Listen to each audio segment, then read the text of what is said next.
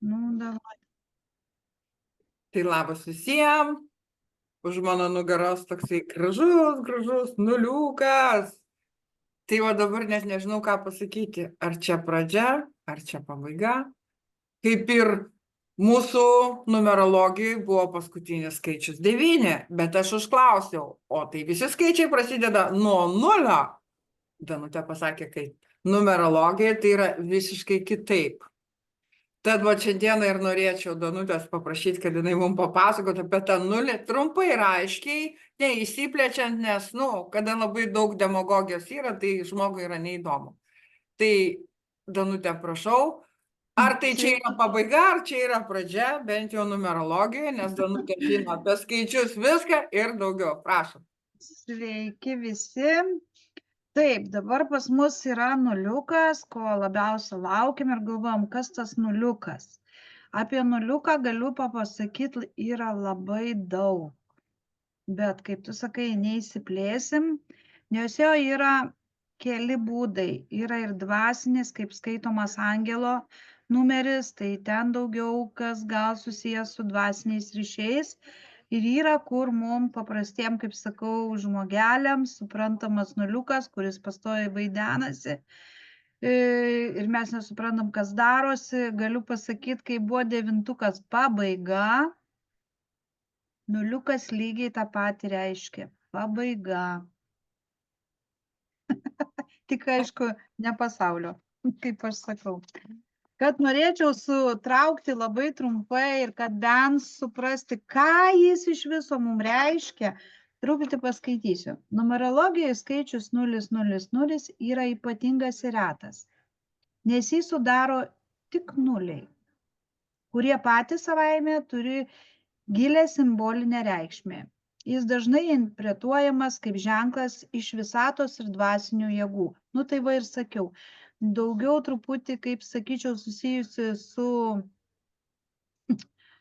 čia gal daugiau surišta su bažnyčia, sakyčiau, dvasinis nulis, todėl kad, kai sako, mums pradeda vaidentis nuliai, tai iš aukštybių, kai dabar biski nulinguosiu į šoną, iš aukštybių Dievas duoda žinot, kad jis yra šalia. Reikia biski surimtėti ir apsimastyti apie savo gyvenimą. Tai nes tikrai iš dalies nuliai ne visiems vaidenas. Jis yra tikrai labai, specifinis ir retas skaičius. Tai va toliau žiūrim. Skaičius 0 simbolizuoja begalybę, vientisumą ir viską apimantį ciklą. Kai jis pasikartoja 4 kartus, ši energija sustiprėja, rodydama, kad esate didesnio dieviškojo plano dalis. Sakau, 0 biski susijęs su bažnytiniais reikalais. Numerologijoje 0 siejamas su naujom pradžiom. Tai va, kaip 9 pabaiga. 0 taip pat reiškia pabaigą, bet ir tuo pačiu pradžią. Vėl viską pradedam nuo nulio, kaip ir visą laiką pas mus yra frazė. Viską, prašau, pradedam nuo 0. Nu, tai, sustojau, simbolizuoja tuščią lapą, iš kurio galima sukurti bet ką, matome nulius, taip kaip ir sakiau, pradedam viską iš pradžių. Kai kurie aiškintojai mano, kad 0,0 yra žinutė iš visatos, primenanti, jog mintis, ketinimai yra labai svarbus. Tai reiškia, kad jūsų dvasinis kelias stiprėja ir jūs artėjote aukštesnio supratingumo. Tai vadinasi, jeigu užsibrėžę esate tikslą, vadinasi, jūs stipriai einate tą linkme ir nepaleiskite to tikslo, o jį tik dar labiau suaktyvinkite, sustiprinkite.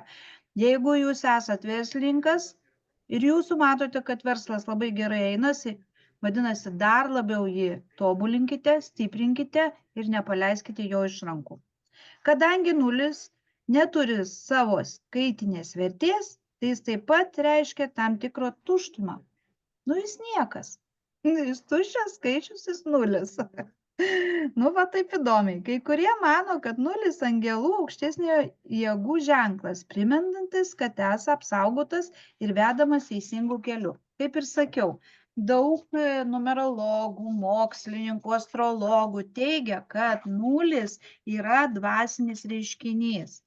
Vadinasi, kaip ir pradžioj pasiminėjau, kad susijęs su bažnyčia, su tikėjimu, kad tipo, nu, kažkas tai yra šalia mūsų biskį iš aukščiau.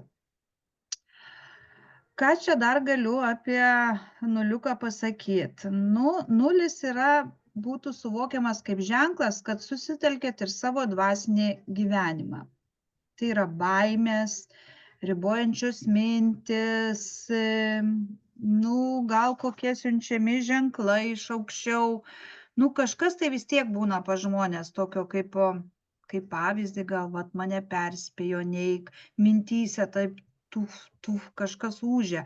Vat, tu šiandien to nedaryk, nes bus blogai. Nu, tai vat, daug kas impretuoja, numerologų traktuoja, tiesiog lygina, kad čia yra perspintis reiškinys, kad vat, stop, to nedarai, tą nutrauki ir kitką pradedi. Nu, ką aš čia dar galėčiau pasakyti jums? Ką labai norėjau pabrėžti apie žmonės, kurie gimė su daug nuliukų. Žmogaus gimimo datos numerologijos skaičius susideda iš 4 nuliukų. Būna 4, bet 4 kaip ir nėra. 3 skaityčiau. 2000-ieji. Ir jo, jeigu dar einant. 2000-ieji 0101. Jo, teisingai. Ypatingai retas reiškinys, nors tiesiog reali gimimo data su nuliais neegzistuoja. Vau. Pas mano šitas 3 nuliai. Pas Aleksandrą 3. Pas dukrą 2 nuliai gimimo datoj. Su šitu neegzistuoja, aš irgi biskį stabtelėjau ir galvoju, tai kaip tai? Mano sūnus irgi gimęs 2000-aisiais, galvoju, tai kaip čia dabar yra? Tai neegzistuoja jisai? Nu, egzistuoja liktai. Nu, numerologai tai gali būti aiškina kaip unikalus ir galingas ženklas. Paskui aš supratau, kad šitie žmogeliukai, kurie gimė su nuliukais, jie yra labai stiprūs žmogeliukai. Unikalūs? Taip, unikalūs. Ir net apie juos, kaip pasakyti, kai skaičiau apie tuos gimusius su daug nuliukų, tai jie tokie žmonės, kurie viską pradeda iš naujo ir visus gabumus susideda ir jie juos skleidžia į viešumą. Jeigu jis yra tam stiprus, pavyzdžiui, dainininkas, jisai kyla į viršų. Jeigu jisai stiprus verslininkas, jis tą verslą plečia į viršų. Šitie žmonės turi, tam tikrus sugebėjimus tą daryti. Tai vat apie gimimo datos nuliukus ir apie patį nuliuką labai daug ko, neįsiplės ir nepasakysiu, todėl kad jis labai yra savotiškas skaičius. Tai ačiū tau, Danutė, už nuliuką. Tai tie žmonės, kurie turite daug nuliukų savo gimimo datoj, arba jūsų ten vaikai, kolegos, ar ten antra pusė turi daug nuliukų gimimo datoj, kad Danutė net mes ir to laiko tiek neturim išsiplėsti ir nematau prasmės čia šnekėti, nes tas skaičius toks įdomus, tai yra visko pabaiga. Jis labai įdomus, jis labai nerišlus, kaip pasakyti, nerišlus, neegzistuoja, toks, jis nesipainio po akim, tiesiog sakau, jisai yra visko pabaiga, visko pradžia. Visko, jo, toks beprasmiškas. Tai liktai ir su dvasinė būti susiję su bažnyčia, tai liktai ir numerologijai jis traktuojamas, kad jisai stiprus, energetinis nulis, bet jo taip, kad kasdien jo pasigaudyti ar susitikti jį, tiesiog tik tai buvo labai įdomus, kad jisai, tikrai kaip bereikšmis. Nulis. Apie jį galima būtų labai plačiai pasakot, bet tiesiog aš žinau, kad klausytojui bus tas neįdomu. Tai ką aš ir norėjau pasakyti, jeigu turit pas save gimimo datoje ar vaikų, ar kolegų, ar antrų pusių, tad tiesiogiai rašote Danutei ir pasišnekat labai plačiai, kiek nuliukų datoj irgi turi labai didelį reikšmą. Pavyzdžiui, žmogus 2000 metais gimęs 0101 arba 0606, jau 5 nuliukai pas jį. Taip. Tai kad neišsiplės, nes mes irgi laiko mažai turim, kai pasižiūrėsite tą įrašą, jeigu jums tikrai įdomu bus plačiau sužinoti apie tą nulį, rašote tiesiog į Danutei arba komentuojat po šito video ir susisieksit asmeniškai ir pasikalbėsit. O šiam kartui apie nuliuką tiek, net nežinau, kokia sesija mūsų laukia sekantį kartą. Galiu pasakyti, sekantį sesiją mes šnekėsim labai įdomią temą. Numerologija, seksologija. Ir ten yra nuo 1 iki 9 skaičių, kurie kiekvienas skaičius turi savo reikšmę. O kaip tie skaičiai skaičiuojami, tai čia jau paimam gimimo datą ir įskaičiuosim. Tai kai eksperimentui pasiimsim Jūratės gimimo datą ir mes ją sesijoje įskaičiuosim ir pažiūrėsim, kiek jinai seksuali. Va čia gražia natele ir baigiam. Aš norėjau palikti tokią intrigą, bet tu dar daugiau suintrigavai, nes pasakai, kad tai bus surišta su seksualumu. Visiems gražios dienos ir iki sekančios sesijos apie seksualumą.